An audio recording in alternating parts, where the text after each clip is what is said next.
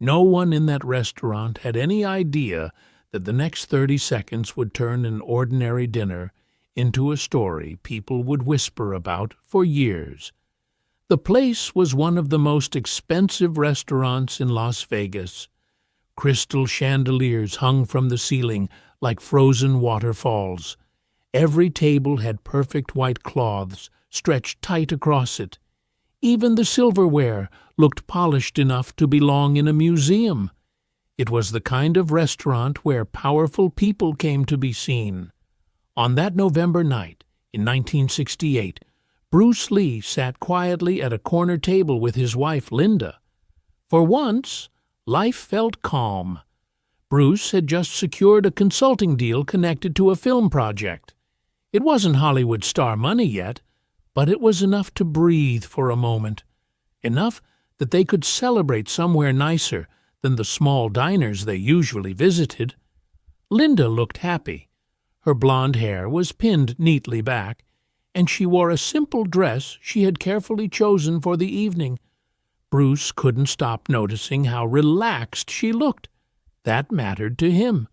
Most nights were filled with worry about money, rent, and whether the next opportunity would come in time. But tonight, they were just a husband and wife enjoying dinner. Bruce adjusted the collar of his suit again. He hated formal clothes. Training gear felt natural to him. A suit felt like a costume. Linda laughed softly as Bruce told her about one of his martial arts students who had tried to master the 1-inch punch in a single afternoon. "He quit after 2 hours," Bruce said with a grin. Linda shook her head. "People always think the hard things should be easy." Bruce smiled. For a moment, everything felt simple. Then the front door opened. 6 men walked into the restaurant, and suddenly the entire mood of the room shifted. The host straightened immediately. Every waiter noticed, and Bruce Lee, without even turning his head yet, could already feel it. Something about these men meant trouble had just entered the room. The moment the 6 men stepped inside, the restaurant stopped feeling like a restaurant. It felt like someone else's territory. Every waiter suddenly moved faster. The host's smile became stiff. Even the quiet conversations around the room softened, as if people instinctively knew to keep their voices down. Bruce noticed it immediately. People with real power didn't need to announce themselves. The room always reacted first. The man leading the group walked slowly toward the center of the restaurant. He was older than the others, mid-50s maybe. His gray hair was slicked back neatly, and his dark suit fit perfectly. But it wasn't the suit that caught attention. It was the confidence, the kind that said this man expected the world to move out of his way. A thick gold watch gleamed under the chandelier lights. A diamond ring flashed on his finger every time he moved his hand. Behind him followed 4 large men and 1 slightly younger man who scanned the room constantly. Not friends, protection. The host rushed forward. "Good evening, Mr. Vitale," he said quickly, almost nervously. The name traveled quietly across the room. Some diners glanced down at their plates. Others suddenly became very interested in their drinks. Everyone in Las Vegas knew the name. Salvatore Sally Vitale. Officially, he owned casinos, clubs, and restaurants. Unofficially, he owned much more than that. The host quickly guided him to the largest table in the restaurant. But before Sally sat down, one of the men behind him suddenly leaned closer. He whispered something into Sally's ear. Then he pointed across the room, toward the quiet corner table where Bruce Lee and Linda were sitting. Sally slowly turned his head. His eyes moved across the room until they landed on Bruce. Then they shifted and settled on Linda. The look lingered longer than it should have. Bruce saw it. He didn't move, but inside something cold and controlled began to tighten, because Bruce Lee knew that look, and he already understood something important. This night was about to stop being peaceful. Bruce had dealt with men like this before. Men who believed power meant they could take whatever they wanted, including respect. At first, he tried to ignore it. He picked up his glass and took a small sip of water, keeping his focus on Linda. The last thing he wanted was trouble in a room full of strangers, especially strangers who clearly worked for someone dangerous. But when he looked up again, the man across the room was still staring. Not at him, at Linda. The stare wasn't casual. It was slow, deliberate, the kind of look that made it clear the man believed the room belonged to him. Linda felt it too. She shifted slightly in her chair and leaned closer to Bruce.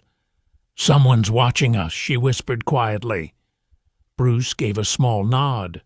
"I know." Across the restaurant, one of Sally's men chuckled softly and said something under his breath.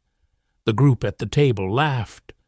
Bruce couldn't hear the words, but he didn't need to. He had grown up around men who mocked what they didn't understand. Growing up as an Asian kid in America had taught him how to recognize that tone instantly. He exhaled slowly and reached for the check. "Let's finish up," he said calmly. Linda didn't argue. She knew that voice. Bruce wasn't afraid, but he was aware. And sometimes awareness meant leaving before a problem had time to grow. The waiter brought the bill quickly. Bruce reached for his wallet. That's when something changed. A chair scraped loudly across the restaurant floor. Bruce looked up. Salvatore Vitale was standing, and he wasn't heading toward the exit. He was walking directly toward their table. Behind him, 4 large men rose from their chairs and followed. Each step across the restaurant floor sounded slow, deliberate, inevitable. Bruce watched them approach, and in that moment he understood something clearly. The night wasn't ending quietly. It was just beginning.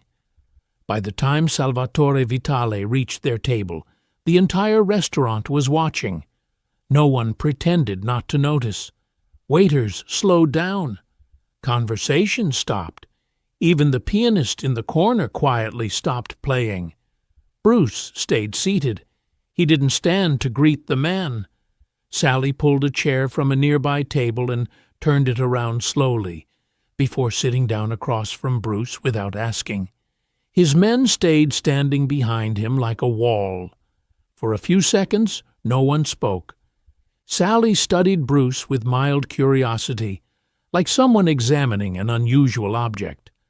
"So," he finally said, his voice smooth and relaxed, "you're Bruce Lee?" Bruce met his gaze calmly. "Yes." Sally leaned back slightly in the chair. "I've seen you on television," he continued. "That show with the mask, the one where you do all those little kicks." Bruce knew exactly what he meant. The Green Hornet.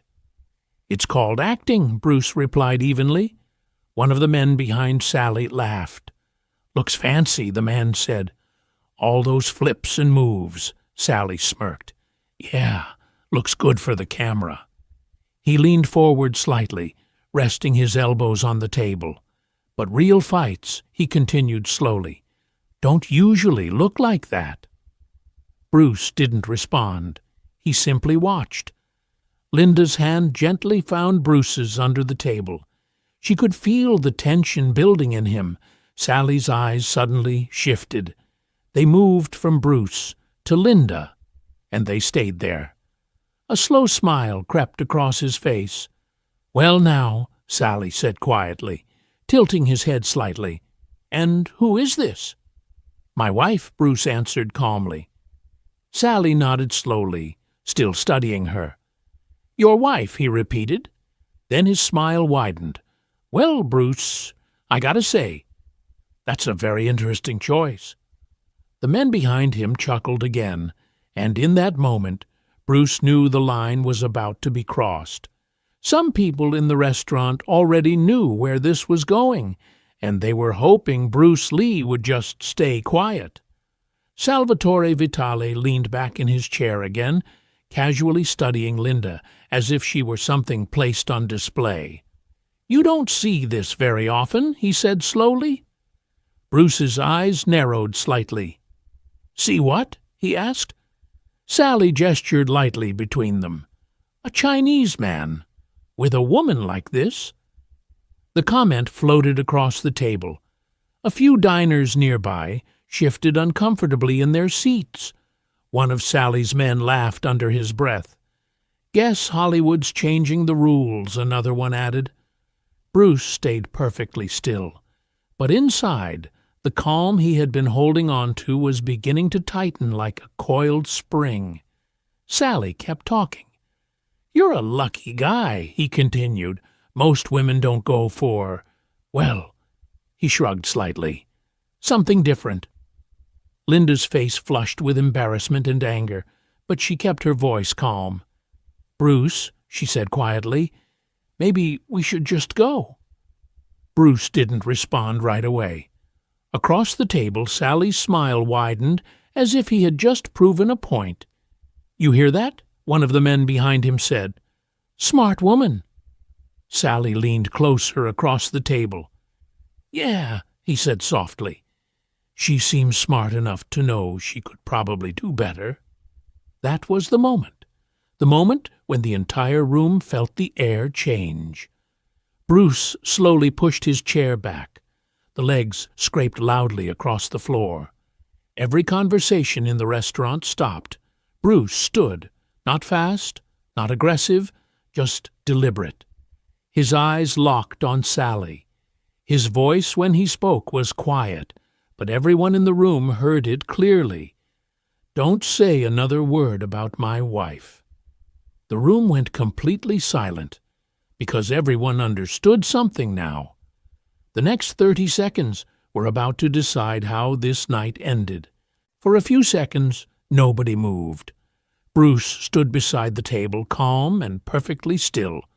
Across from him, Salvatore Vitale slowly looked up. His smile had disappeared. Behind him, his 4 men shifted closer. Not suddenly, not aggressively, just enough to remind everyone in the room that Bruce Lee was now standing in front of 5 very large men. Sally stood up from his chair. He was taller than Bruce, broader too.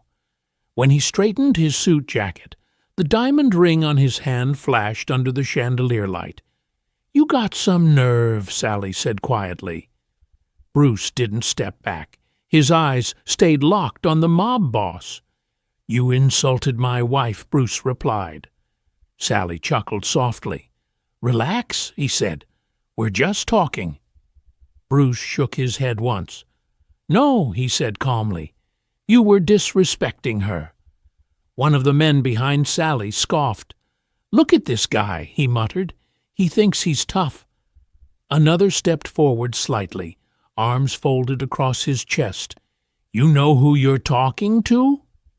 Bruce didn't even glance at them. His focus stayed on Sally. Because Bruce understood something about power. The leader was the only one that mattered. Sally studied him carefully now. He had expected anger, maybe shouting, maybe fear. Instead, Bruce Lee looked completely controlled. That unsettled him. "You're what?" Sally said slowly. 150 pounds? "Something like that," Bruce replied. Sally glanced at the 4 men standing behind him. Each of them outweighed Bruce by at least 50 pounds. "You really think you're in a position to make demands?" Sally asked. Bruce's answer came without hesitation. "Yes." That single word echoed through the silent restaurant.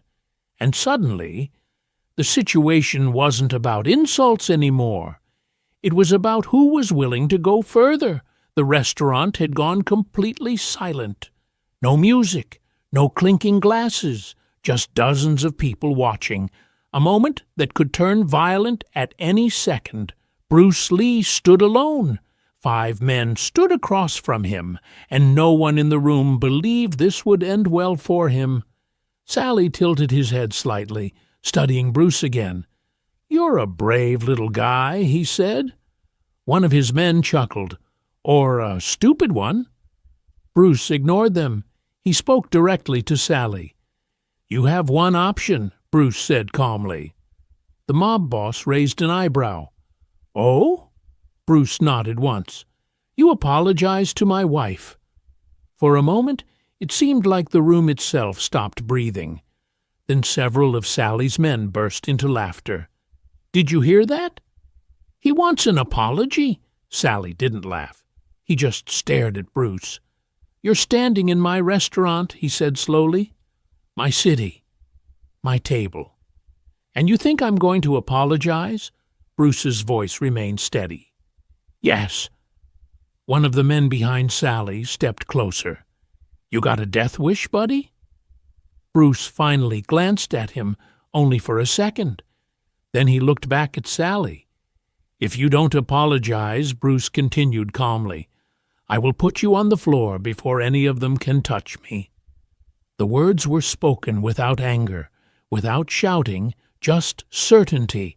That's what made them frightening. Several people in the room shifted nervously. Even Sally's men stopped smiling, because they could see something in Bruce Lee's eyes. He wasn't bluffing. And suddenly, everyone in the restaurant realized something chilling. Bruce Lee had already accepted what might happen next. For several seconds, nobody spoke. Not Bruce, not Sally, not even the men standing behind him. The tension in the restaurant had become something almost physical, like pressure building inside a sealed room. Sally looked at Bruce more carefully now. At first, he had assumed this was just pride, a smaller man trying to look tough in front of his wife. But the longer he watched Bruce Lee's face, the more something about the situation began to feel different. Bruce wasn't angry. He wasn't shaking, and most importantly, he wasn't afraid. That was unusual. Men usually showed something when they stood against overwhelming odds: fear, hesitation, regret. Bruce showed none of it. One of Sally's men finally stepped closer. "You want me to handle this?" he asked quietly. Sally didn't answer. His eyes stayed locked on Bruce, because in that moment he realized something important. Bruce Lee had already accepted the worst possible outcome. If this turned violent, Bruce knew he might not walk out of the restaurant. But he had decided that didn't matter. That kind of person was extremely dangerous. People who still had something to lose could be intimidated. People who were already prepared for consequences could not. Sally slowly glanced around the restaurant. Dozens of witnesses, customers, employees, people who would talk about what happened here tonight. Then he looked back at Bruce. The room waited. The decision now belonged to only one man, and everyone knew it. What Salvatore Vitale said next would determine whether this restaurant became the scene of a brutal fight or the place where something far more unexpected happened. Every eye in the restaurant stayed fixed on Salvatore Vitale. For a man who controlled casinos, clubs, and half the back rooms in Las Vegas, moments like this rarely happened.